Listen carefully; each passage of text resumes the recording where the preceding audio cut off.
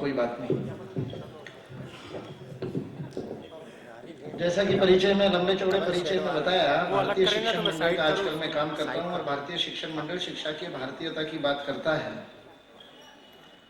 राम तो वह है जो कण कण में रमा हुआ है, इसलिए हर जगह पर राम काम में आते हैं, राम कथा काम में आती है। और खास करके शिक्षा का भारतीयकरण करना, जिसको कि बहुत सारे नतदृष्ट लोग भगवाकरण भी कहते हैं, और लोग आकर के हमको पूछते हैं कि आपके ऊपर आरोप लगता है कि भगवाकरण आप शिक्षा का कर रहे हो। तो मैंने कहा आरोप किसी और पर लगता होगा, हम तो गर्व से कहते हैं कि हम शिक्षा का भगवाकरण कर रहे हैं, क्योंकि भगवे से ज्यादा गर्व का विषय क्या हो सकता है। तो इसलिए जब मुझे डॉक्टर साहब ने कहा कि आप रामायण महोत्सव में आना है और आपको कुछ बात कहनी है, और पूछा कि किस बात पर करेंगे, तो राम कथा तो वास्तविकता में इतनी मधुर है, अद्भुत है कि चाहे जिस विषय पर बात कर सकते हैं, लेकिन मैंने अपना विषय गुरुकुल शिक्षा का ही चुना, क्योंकि वही मेरा आजकल विषय है।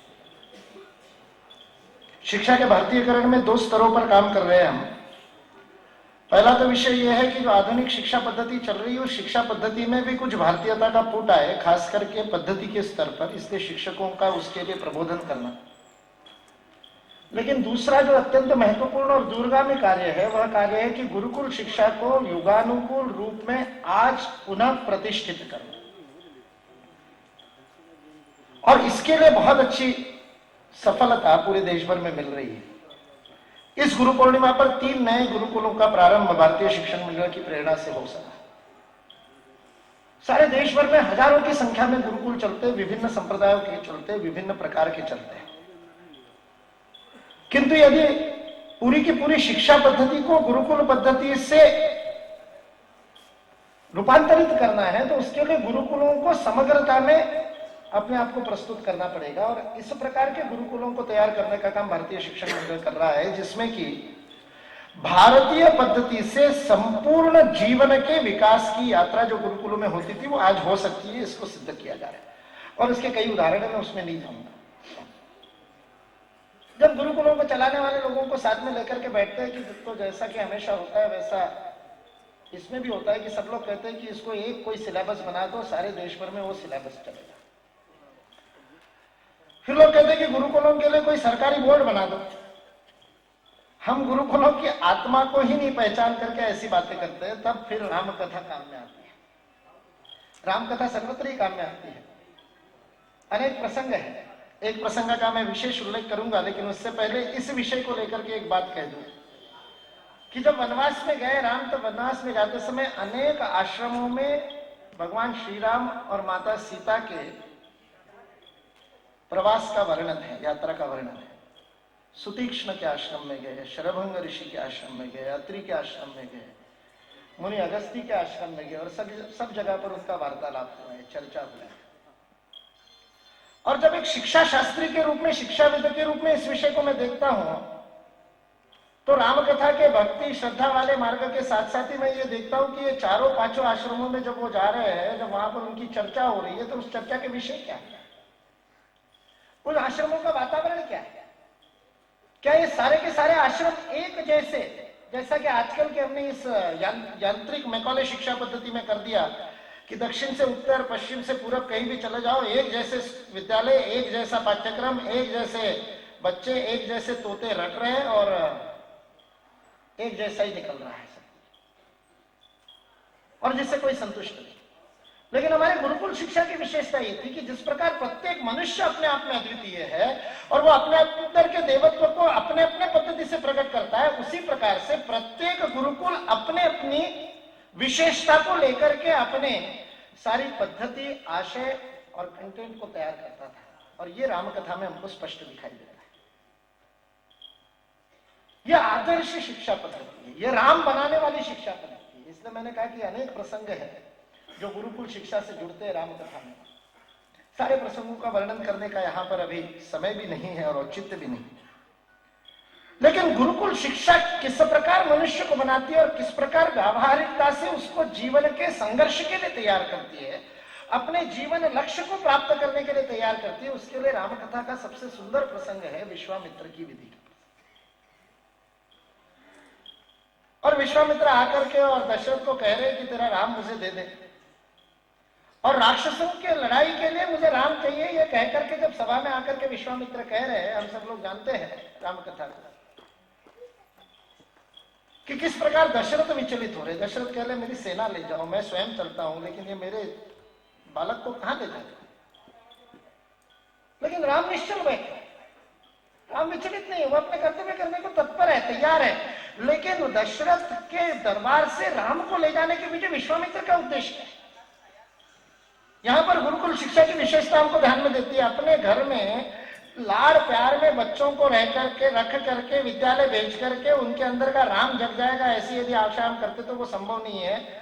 शिक्षा का, विद्या प्राप्ति का सबसे पहला नियम है गृह त्याग करना पड़ेगा।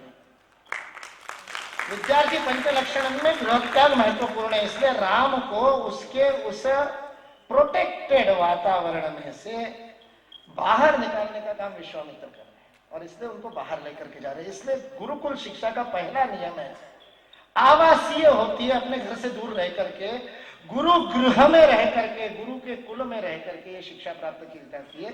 इसलिए माँ के लाड़ प्यार से दूर ये सब्जी नहीं चलती, वो सब्जी नहीं चलती है, पेप्सी तो मैं पीऊंगा ही भले उसमें जहर क्यों ना हो, ये वाला काम नहीं चलता है। इसलिए गृह त्याग करना पड़ता है, तो संस्कार प्रारंभ होते, राम जगना शुरू होते हैं। और फिर गृह त्याग करने के बाद लक्ष्मण जी तो अपने साथ में जाएंगे, वो तो छोड़ेंगे नहीं राम का पल्लू।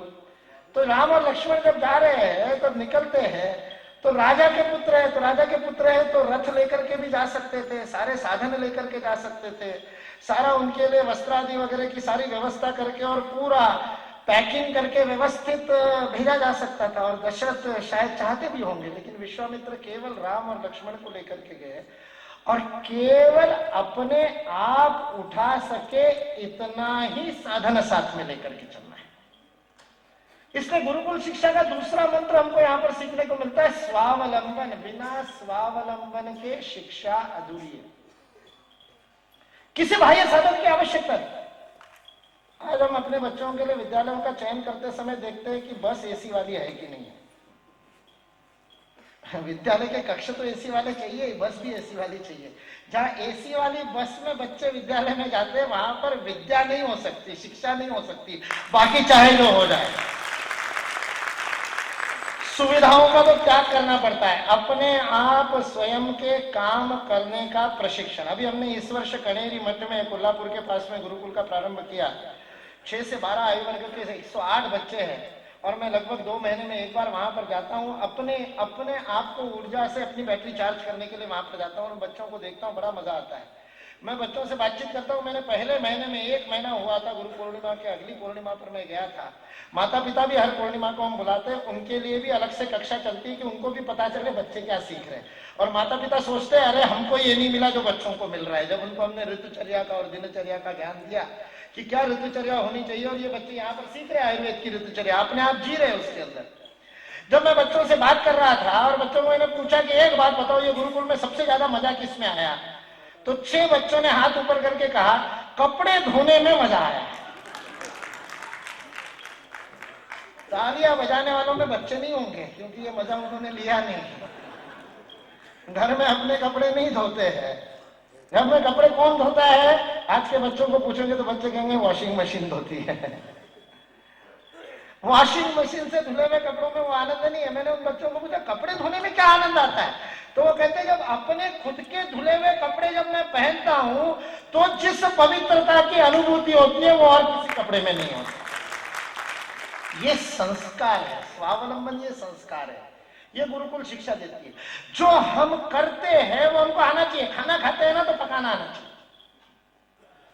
वास्तविकता में तो कपड़े धोना ही नहीं, कपड़े बुनने से लेकर सीलने तक सब आना चाहिए। और हमारे गुरुकुल के विद्यार्थी करते हैं। हेमचंद्राचार्य गुरुकुल है साबरमती में, उसको 8 वर्ष हो गए। तो वहां के बच्चे उत्सव के दिन जो कपड़े पहनते हैं, एक दिन मैंने उसको बुला करके एक बालक को पूछा, ये तुम्हें कपड़ा बड़ा सुंदर दिख रहा है, ये कहां से सिलवाया? वो मुझे तो पता था, लेकिन मैं जानबूझ करके परीक्षा ले रहा था। वो मेरे को ऐसे देखता है, हिकारत भरी दृष्टि से उसने बड़े तिरस्कार से देखा, कपड़े कहीं बाहर से सिलवाते हैं क्या? मैंने कहा क्या मतलब? बोले ये जो मैंने कुर्ता पहन रखा है, इस कुर्ते के रुई से लेकर धागा बनाने से लेकर, बुनने से लेकर, काटकर सिलने तक सारा काम मैंने किया है। उस बालक के आंखों में जो आत्मविश्वास मैंने देखा वो आईआईटी के विद्यार्थियों में भी नहीं दिखाई देता है। अपने हाथ से काम करने का यह नहीं। इसलिए विश्वामित्र की गुरुकुल विधि मैं इसको कहता हूं, उसका दूसरा मंत्र है स्वावलंबन। पहला गुरु गृह त्याग, दूसरा स्वावलंबन। तीसरा मंत्र है जंगल में जा रहे हैं, वन में जा रहे हैं, और वन में जाते समय अचानक चारों तरफ के लक्षण बदल गए। पक्षी अलग ढंग से आवाज करने लगे, प्राणियों में भय व्याप्त हो गया। और राम और लक्ष्मण ने पूछा विश्वामित्र को कि क्या हो रहा है, तो विश्वामित्र ने कहा ये दानव के होने के लक्षण है। अभी वो श्री रामचंद्र कृपालु भजे मन के समय वो जो बालिकाएं नाच रही थी, उस समय जब दानव बोल रही थी, उस समय जो आंखें फाड़ रही थी, तो जिस आतंक का निर्माण दानव के होने के कारण होता है, उस राक्षस संस्कृति के लक्षणों का भान विश्वामित्र ने राम को कराया कि सारे जीवन में निश्चिरहीन करेंगे धरती। ये जो राम का जीवन का व्रत है, उस जीवन के व्रत के लिए वो लक्षण विश्वामित्र ने बताया कि राक्षस क्या होता है। इसलिए अपने अंदर के छिपे हुए दानव का ज्ञान प्राप्त करना गुरुकुल शिक्षा का तीसरा रूप है। क्या नहीं करना है, क्या त्याज्य है, क्या जीवन में ग्रहण नहीं करना। इसलिए राक्षस परिचय ये गुरुकुल शिक्षा का तीसरा मंत्र है जो विश्वामित्र विधि हमको सिखाती है। और फिर जिस काम के लिए विश्वामित्र लेकर के गए, वो चौथा काम यज्ञ की रक्षा करनी है। रक्षा किसकी करनी है, नाश किसका करना है, ये पता चल करके काम नहीं चलेगा। रक्षा किसकी करनी है, यह भी पता चलना चाहिए। यज्ञ क्या है, यज्ञ है अपने अंदर जाकर के खोजना, स्वयं को खोजना। यज्ञ अनुसंधान है, यज्ञ तप है, यज्ञ नवीन का नवाचार है, यज्ञ सृष्टि की रक्षा का यजन है, प्रकृति की रक्षा का यजन है। इस सारे जगत से जो मुझे प्राप्त हुआ है और जिसके कारण मैं हूं, उसके प्रति यदि मैं देता नहीं हूं तो मैं अधूरा रह जाता हूं। इसलिए उसको ऋण कहते हैं। वो व्यापारी वाला ऋण नहीं है, वो बैंक वाला ऋण नहीं है। ऋण का संस्कृत में एक अर्थ कर्जा होता है, लेकिन उसका मूल अर्थ जो है वो गणितीय ऋण है। गणित में जो ऋण और धन होता है उसमें से वो ऋण है। 5 ऋणों से पूर्ण होने वाली जो भारत की संस्कृति और उसके लिए जो पंच महायज्ञ करने हैं, उस यज्ञ का परिचय कराने के लिए विश्वामित्र राम को लेकर के गए। और वो जो यज्ञ का परिचय कराते हैं, उस समय मैं अपने आप में एक स्वार्थी केवल स्वयं तक सीमित व्यक्तित्व नहीं हूं, इसका भान करने से यज्ञ होता है। यदि मैं अपने आप को स्वयं तक स्वार्थी सीमित समझता हूं तो मैं ऋण हूं, निगेटिव हूं, माइनस में हूं। उस नंबर स्केल के ऊपर लेफ्ट हैंड साइड में जा रहा हूं, बाई ओर जा रहा हूं। धन्य कब होऊंगा, जब धन की ओर जाऊंगा, शून्य से दाहिनी ओर जब जाऊंगा। और वो धन्यता जीवन में आनी है तो यज्ञ करना पड़ेगा, यज्ञ का रक्षण करना पड़ेगा। क्योंकि मैं अपने आप में मैं नहीं हूं, मेरे होने में सारी सृष्टि है। इसलिए उसमें नर यज्ञ है, इसलिए उसमें भूत यज्ञ है, इसलिए उसमें प्राणियों के प्रति भी है, ऋषि यज्ञ भी है। इस सारी परंपरा से जो मुझे संस्कार प्राप्त हुए उसके कारण मैं हूं। उसके प्रति कुछ किए बिना मैं अधूरा हूं। उस अधूरेपन को दूर करना ऋण से उऋण होना है। इसलिए वो धन होने की धन्यता है। वो चौथा महत्वपूर्ण बिंदु है विश्वामित्र की राम निर्माण विधि। ये गुरुकुल शिक्षा में कहता हूं, आज इस राष्ट्र में राम की आवश्यकता है। राम निर्माण करने पड़ेंगे, यज्ञ की रक्षा करने वाले राम निर्माण करने पड़ेंगे, निशाचरों को दूर करने वाले, निशाचरों का नाश करने वाले राम निर्माण करने पड़ेंगे। और उसके लिए गृह त्यागी और स्वावलंबी विद्यार्थियों की फौज खड़ी करनी पड़ेगी और विश्वामित्र जैसे आचार्य खड़े करने पड़ेंगे। इन 4 बातों पर रुके नहीं विश्वामित्र। मैं एक जगह पर विद्यार्थियों के बीच में यह बात बता रहा था। आजकल के विद्यार्थी बड़े चतुर हैं, बड़े होशियार हैं। उन्होंने कहा आपने विश्वामित्र का आख्यान यहाँ पर कैसे समाप्त कर दिया कि यज्ञ की रक्षा करनी है, इसके आगे भी विश्वामित्र का आख्यान है। मैंने कहा क्या आख्यान है आगे, तो वो कहता है विश्वामित्र ने राम को ऐसे ही नहीं लौटाया। यज्ञ की रक्षा करने के बाद में विश्वामित्र ने राम को जानकी दिला करके लौटाया। तो क्या गुरुकुल भी जानकी देगा? आजकल के बालक है। तो मैंने कहा बिल्कुल देगा, लेकिन क्या देगा, ऐसा जीवन लक्ष्य देगा जिसके लिए जान की बाजी लगानी पड़े।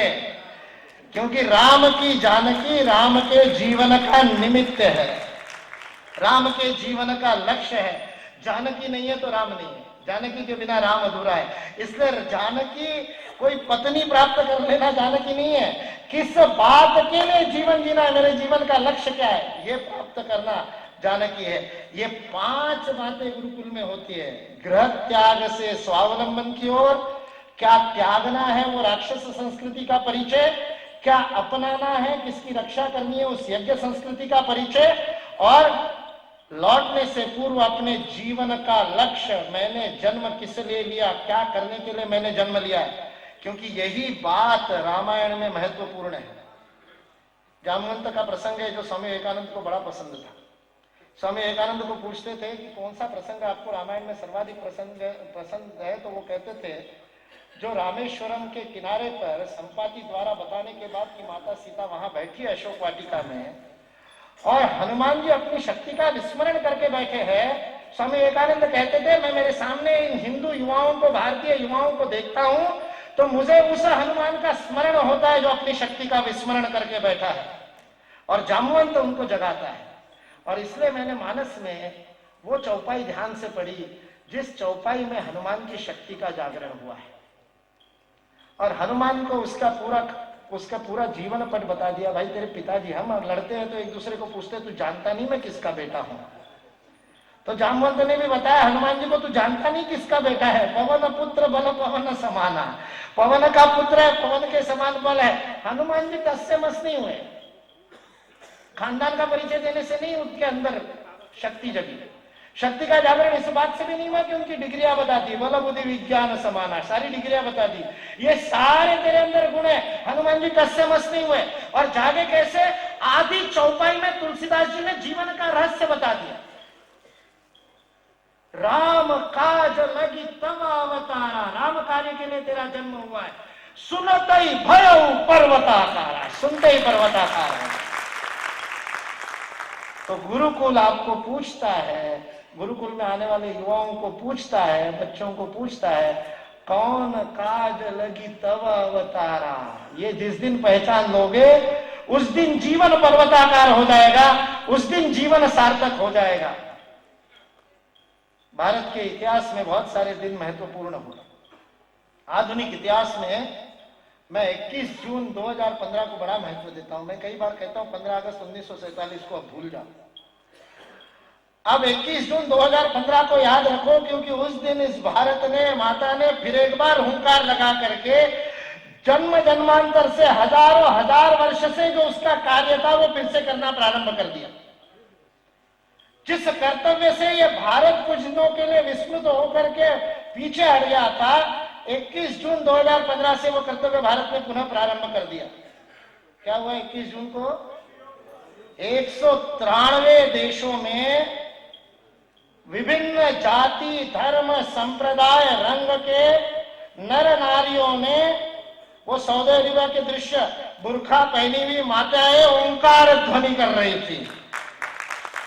और जब 193 देशों के वो बाशिंदे जिस समय सूर्य नमस्कार करते समय अपने मस्तक को और अपनी नासिका को उनके देश में भूमि पर लगा रहे थे, तब मेरी जागृत भारत माता का ही वंदन कर रहे थे।